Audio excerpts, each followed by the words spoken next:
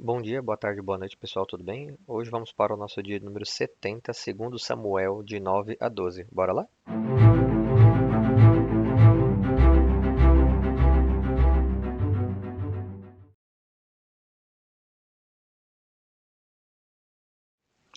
Segundo Samuel 9. Certa ocasião, Davi perguntou: Resta ainda alguém da família de Saul a quem eu possa mostrar lealdade, por causa de minha amizade com Jonatas? Então chamaram Ziba, um dos servos de Saul, para apresentar-se a Davi. E o rei lhe perguntou: Você é Ziba? Sou teu servo, respondeu ele. Perguntou-lhe Davi: Resta ainda alguém da família de Saul a quem eu possa mostrar a lealdade de Deus? Respondeu Ziba: Ainda há um filho de Jonatas, aleijado dos pés. Onde está ele? Perguntou o rei. Ziba respondeu: Na casa de Maquir, filho de Amiel, em Lodebar. Então o rei Davi mandou trazê-lo de Lodebar.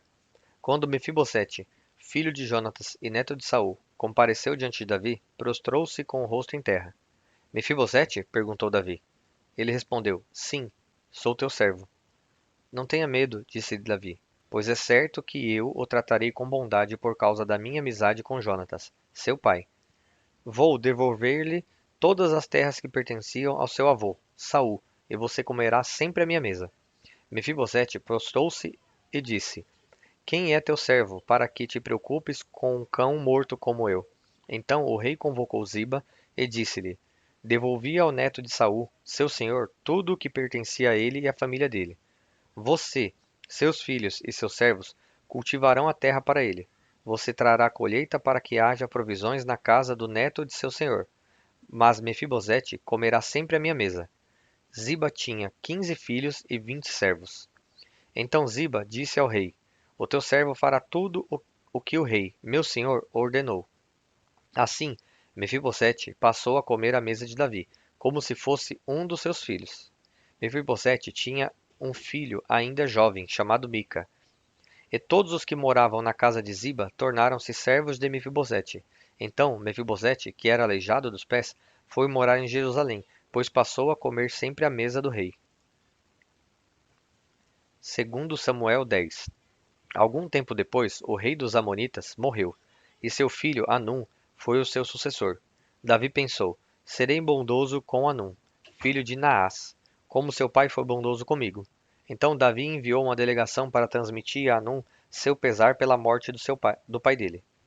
Mas, quando os mensageiros de Davi chegaram à terra dos Amonitas, os líderes amonitas disseram a Anum, seu senhor: Achas que Davi está honrando teu pai ao enviar mensageiros para expressar condolências?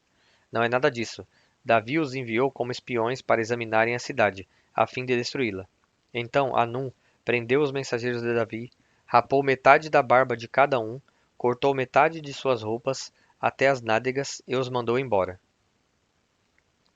Quando Davi soube disso, enviou mensageiros ao encontro deles, pois havia sido profundamente humilhados, e lhes mandou dizer: Fiquem em Jericó até que a barba cresça e então voltem para casa. Vendo que tinham atraído sobre si o ódio de Davi, os amonitas contrataram 20.000 soldados de infantaria dos arameus de Bet-Reob e de Zobá, 1.000 homens do rei de Maaca e 12.000 dos homens de Tobi. Ao saber disso, Davi ordenou a Joabe que marchasse com todo o exército. Os amonitas saíram e se puseram em posição de combate à entrada da cidade, e os arameus de Zobá e de Reob e os homens de Tobi e de Maacá posicionaram-se em campo aberto. Vendo Joabe que estava cercado pelas linhas de combate, escolheu alguns dos melhores soldados de Israel e os posicionou contra os arameus. Pôs o restante dos homens sob o comando do seu irmão Abissai e os posicionou contra os amonitas. E Joabe disse a Abissai: Se os arameus forem fortes demais para mim, venha me ajudar. Mas, se os amonitas forem fortes demais para você, eu irei ajudá-lo. Seja forte e lutemos com bravura pelo nosso povo e pelas cidades do nosso Deus, e que o Senhor faça o que for de sua vontade. Então Joabe e seus soldados avançaram contra os arameus, que fugiram dele. Quando os amonitas viram que os arameus estavam fugindo de Joabe, também fugiram de seu irmão Abissai, e entraram na cidade. Assim, Joabe parou a batalha contra os amonitas e voltou para Jerusalém. Vendo-se derrotados por Israel, os arameus tornaram a agrupar-se. Hadadezer mandou trazer os arameus que viviam do lado do Eufrates. Estes chegaram a Elã, tendo à frente Soboque, comandante do exército de Hadadezer. Informado disso, Davi reuniu todo Israel, atravessou o Jordão e chegou a Elã. Os arameus estavam em posição de combate para enfrentá-lo, mas acabaram fugindo de diante de Israel. E Davi matou 700 condutores de carros de guerra e 40.000 soldados de infantaria, dos arameus. Soboque, o comandante do exército, também foi ferido e morreu ali mesmo. Quando todos os reis vassalos de Hadadezer viram que tinham sido derrotados por Israel, fizeram a paz com os israelitas e sujeitaram-se a eles. E os arameus ficaram com medo de voltar a ajudar os amonitas. Segundo Samuel 11. Na primavera, época em que os reis saíam para a guerra, Davi enviou para a batalha Joabe com seus oficiais e todo o exército de Israel. E eles derrotaram os amonitas e cercaram Rabá. Mas Davi permaneceu em Jerusalém. Uma tarde, Davi levantou-se da cama e foi passear pelo terraço do palácio. Do terraço viu uma mulher muito bonita, tomando banho, e mandou alguém procurar saber quem era. Disseram-lhe: É Batseba, filha de Eliã e mulher de Urias, o hitita. Davi mandou que a trouxessem e se deitou com ela, que havia acabado de se purificar da impureza da sua menstruação. Depois voltou para casa. A mulher engravidou e mandou um recado a Davi, dizendo que estava grávida. Em face disso, Davi mandou esta mensagem a Joabe: Envia-me Urias, o hitita. E Joabe o enviou. Quando Urias chegou, Davi perguntou-lhe como estavam Joabe e os soldados e como estava indo a guerra. Ele disse: Vá descansar um pouco em sua casa. Urias saiu do palácio e logo lhe foi mandado um presente da parte do rei. Mas Urias dormiu na entrada do palácio, onde dormiam os guardas de seu senhor, e não foi para casa. Quando informaram a Davi que Urias não tinha ido para casa, ele lhe perguntou: Depois da viagem que você fez, por que não foi para casa? Urias respondeu: A arca e os homens de Israel e de Judá repousaram em tendas. O meu senhor Joabe e os seus soldados estão acampados ao ar livre. Como poderia eu ir para casa para comer, beber e deitar-me com minha mulher? Juro por teu nome e por tua vida que não farei uma coisa dessas. Então Davi lhe disse: Fica aqui mais um dia. Amanhã eu o mandarei de volta. Urias ficou em Jerusalém, mas no dia seguinte Davi o convidou para comer e beber e o embriagou. À tarde, porém, Urias saiu para dormir em sua esteira, onde os guardas de seu senhor dormiam, e não foi para casa. De manhã, Davi enviou uma carta a Joabe por meio de Urias. Nela escreveu: Ponha Urias na linha de frente e deixe-o onde o combate estiver mais violento, para que seja ferido e morra. Como Joabe tinha cercado a cidade, colocou Urias no lugar onde sabia que os inimigos eram mais fortes. Quando os homens da cidade saíram e lutaram contra Joabe, alguns dos oficiais da guarda de Davi morreram, e morreu também Urias, o hitita. Joabe enviou a Davi um relatório completo da batalha, dando a seguinte instrução ao mensageiro: Ao acabar de apresentar ao rei este relatório, pode ser que o rei fique muito indignado e lhe pergunte: Por que vocês se aproximaram tanto da cidade para combater? Não sabiam que eles atirariam flechas da muralha? Em Tebes, quem matou Abimeleque, filho de Jerubessete?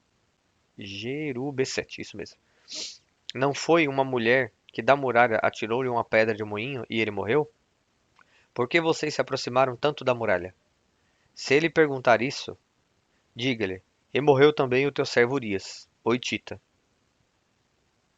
O mensageiro partiu, e ao chegar, contou a Davi tudo o que o Joabe lhe havia mandado falar, dizendo: Eles nos sobrepujaram e saíram contra nós em campo aberto, mas nós os fizemos retroceder para a porta da cidade.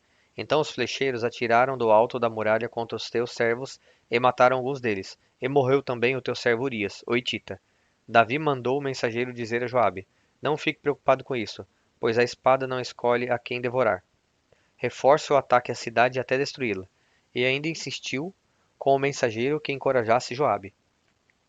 Quando a mulher de Urias soube que o seu marido havia morrido, chorou por ele. Passado o luto, Davi mandou que a trouxessem para o palácio. Ela se tornou sua mulher e teve um filho dele.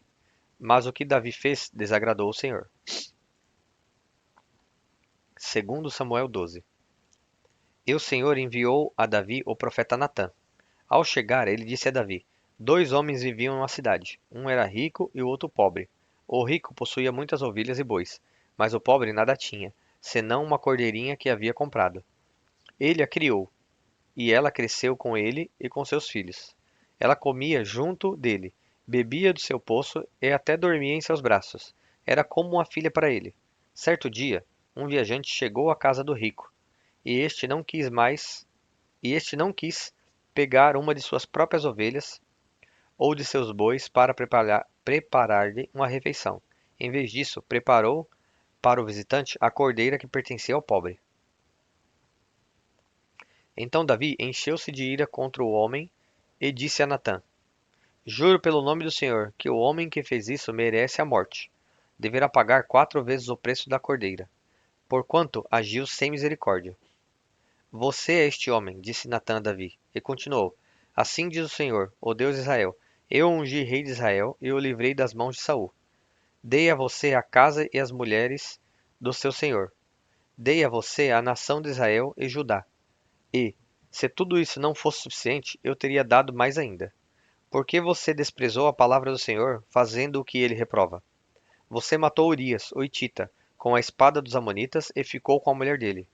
Por isso, a espada nunca se afastará de sua família, pois você me desprezou e tomou a mulher de Urias, o Hitita, para ser sua mulher. Assim diz o Senhor: de sua própria família trarei desgraça sobre você. Tomarei as suas mulheres diante dos seus próprios olhos e as darei a outro, e ele se deitará com elas em plena luz do dia.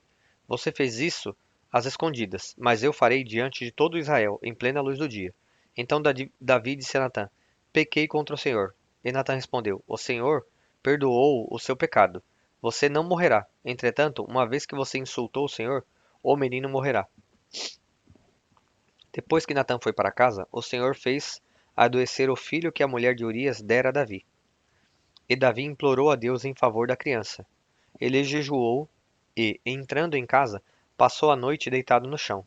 Os oficiais do palácio tentaram fazê-lo levantar-se do chão, mas ele não quis e recusou comer. 7 dias depois, a criança morreu. Os conselheiros de Davi ficaram com medo de dizer-lhe que a criança estava morta e comentaram: Enquanto a criança ainda estava viva, falamos com ele, e ele não quis escutar-nos. Como vamos dizer-lhe que a criança morreu? Ele poderá cometer alguma loucura. Davi, percebendo que seus conselheiros cochichavam entre si, compreendeu que a criança estava morta e perguntou: A criança morreu? Sim, morreu, responderam eles. Então Davi levantou-se do chão, lavou-se, perfumou-se e trocou de roupa. Depois entrou no santuário do Senhor e o adorou. E voltando ao palácio, pediu que lhe preparassem uma refeição e comeu. Seus conselheiros lhe perguntaram: Por que ages assim? Enquanto a criança estava viva, jejuaste e choraste. Mas, agora que a criança está morta, te levantas e comes? Ele respondeu: Enquanto a criança ainda estava viva, jejuei e chorei. Eu pensava: Quem sabe, talvez o Senhor tenha misericórdia de mim e deixe a criança viver. Mas agora que ela morreu, por que deveria jejuar? Poderia eu trazê-la de volta à vida? Eu irei até ela, mas ela não voltará para mim. Depois Davi consolou sua mulher Batseba e deitou-se com ela, e ela teve um menino, a quem Davi deu o nome de Salomão. O Senhor o amou, e enviou o profeta Natã com uma mensagem a Davi. E Natã deu ao menino o nome de Gedidias. Enquanto isso, Joabe atacou Rabá dos amonitas e conquistou a fortaleza real. Feito isso, mandou mensageiros a Davi dizendo: Lutei contra Rabá e apoderei-me dos seus reservatórios de água. Agora, convoca o restante do exército, cerca a cidade e conquiste-a.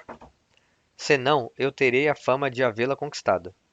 Então Davi convocou todo o exército, foi a Rabá, atacou a cidade e a conquistou. A seguir, tirou a coroa da cabeça de Moloque, uma coroa de ouro de 35 quilos, ornamentada com pedras preciosas, e ela foi colocada na cabeça de Davi. Ele trouxe uma grande quantidade de bens da cidade e trouxe também os seus habitantes, designando-lhes trabalhos com serras, picaretas e machados, além da fabricação de tijolos. Davi fez assim com todas as cidades amonitas. Depois voltou com todo o seu exército para Jerusalém. Bom, pessoal, chegamos ao fim de mais um dia. Espero vocês aqui amanhã novamente e que Deus os abençoe.